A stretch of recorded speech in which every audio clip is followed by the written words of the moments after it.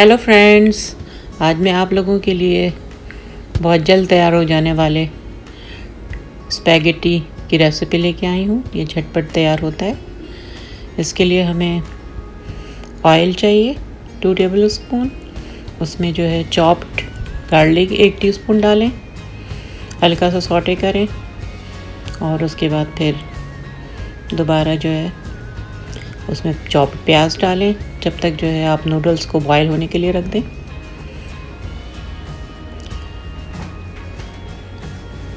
Chopped प्याज डाल दें 2 टेबल स्पून।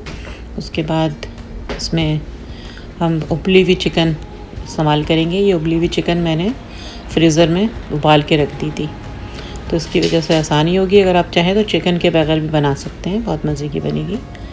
लेकिन इस तरह से जब आप चिकन लेकर आते हैं, अगर उसको उबाल के और शॉपर में डाल के फ्रीज़ कर दें तो फिर जब बनाना होता है तो बहुत आसानी होती है। किसी भी चीज़ में आप यूज़ कर सकते हैं। अब ये मैंने शिमला मिर्च डाल दी है इसमें, हाफ कप कटी हुई शिमला मिर्च है। आप अपनी मर्ज़ी से कम ज़्यादा डाल सकते हैं या जो भी आपके पास अवेलेबल सब्ज़ियां हों वो डाल सकते हैं।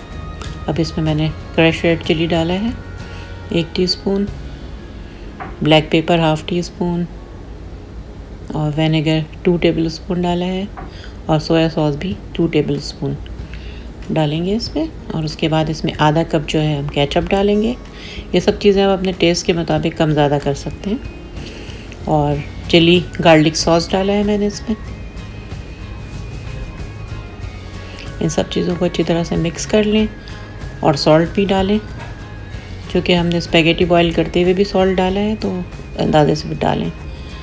और ये स्पैगेटी अब इसमें डाल देंगे। स्पैगेटी का बॉईल करने का तरीका ये कि जब पानी गर्म हो जाए तो फिर उसमें आप स्पैगेटी डालें और 6 से 7 मिनट तक जो है ये बॉईल हो जाता है।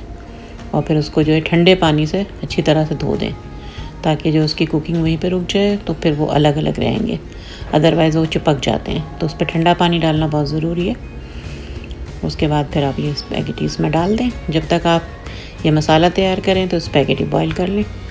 तो ये फिर झटपट जो है बच्चों के लिए नूडल्स तैयार हो जाते हैं। तो आप लोग भी बनाएं और इन्जॉय करें।